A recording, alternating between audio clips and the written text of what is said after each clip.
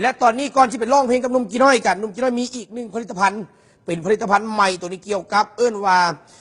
กระดูกเนาะเสริมสร้างกระดูกแข็งแรงและเพิ่มความสูงนี่นะเพิ่มความสูงผู้ใดที่ว่ารู้สึกว่าตัวเองเตี้ยอยากเพิ่มความสูงนุ่มจีน้อยขอแนะนำเลยอันนี้เป็นนมพี่น้องเอ๋ยนมเนาะเป็นนมนะก็คือแคลลิสตานะแคลลิสตานะแคลลิสตาเพิ่นบอกว่าค่าความเตี้ยสูงสั่งได้ภายใน1 กล่องเนาะค่าความเตี้ยสูงสั่งได้ภายใน1 กล่องเท่านั้นเนาะแคลลิสตาเป็นอาหารเสริมเพิ่มความสูงเป็นแคลเซียมสูตรเข้มข้นนะพี่น้องนะสูตรเข้มข้นเป็นแคลเซียมคอสติกนั่นเองเนาะบอแมนแคลเซียมที่ขายตามท้องตลาดทั่วไปเนาะอันนี้บอแมนแคลเซียมที่ว่าขายตามท้องตลาดทั่วไปเด้อพี่น้องเด้อแคลลิสตาเนาะมีจุดเด่นที่แคลเซียม600มิลลิกรัมเนาะ600มิลลิกรัมมันจึงช่วยเล็งให้ร่างกายสูงขึ้นไวสูงขึ้นไวที่สุดถึงอายุซึ่งอายุของท่านที่จะกายกะยาเนาะกายก็สูงขึ้นเลี้ยวก็สูงได้อีกพร้อมเด้ออายุสูงสุดเพิ่นให้ได้ก็คืออายุ35 ปีลงมา35 ปีลงมานี่มันสามารถกินได้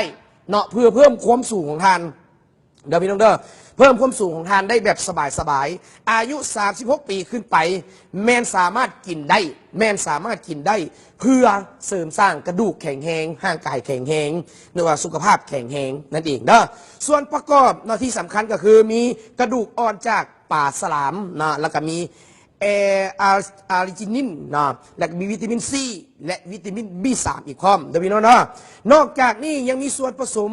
หลากหลายที่สกัดจากธรรมชาติแท้100%นะสินค้าของพวกเขา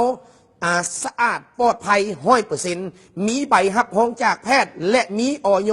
รองรับด้วยความปลอดภัยเรียบร้อยเดี๋ยวพี่น้องนะสินค้าของพวกเขามี3 อย่างมี3 อย่างให้แบบให้เลือกแล้วแต่ลูกค้าสะดวกกินแบบใดนะพี่น้องเนาะแบบใดนะแบบที่1เป็นแคปซูลนะแคปซูลที่เป็นแบบนี้เป็นแคปซูลเป็นแบบนี้นะเป็นแบบนี้พี่น้องเอ๋ยแคปซูลเป็นแบบนี้เด้อแบบที่1เป็นแคปซูลนะ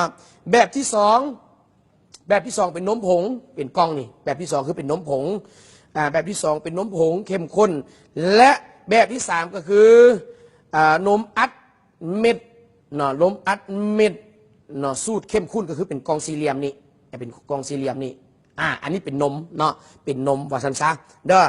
เด็กน้อยอายุ2 ปีขึ้นไปกินเด็กน้อย2 ปีขึ้นไปกินได้35 ปีเพื่อเพิ่มความสูงเพิ่มสูงกาย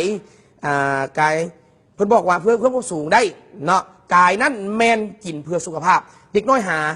2 ปี35 ปีมันกินได้เพื่อเพิ่มความสูงถ้าว่ากาย35 ปีแม่นกินเพื่อร่างกายและกระดูกของท่านแข็งแรง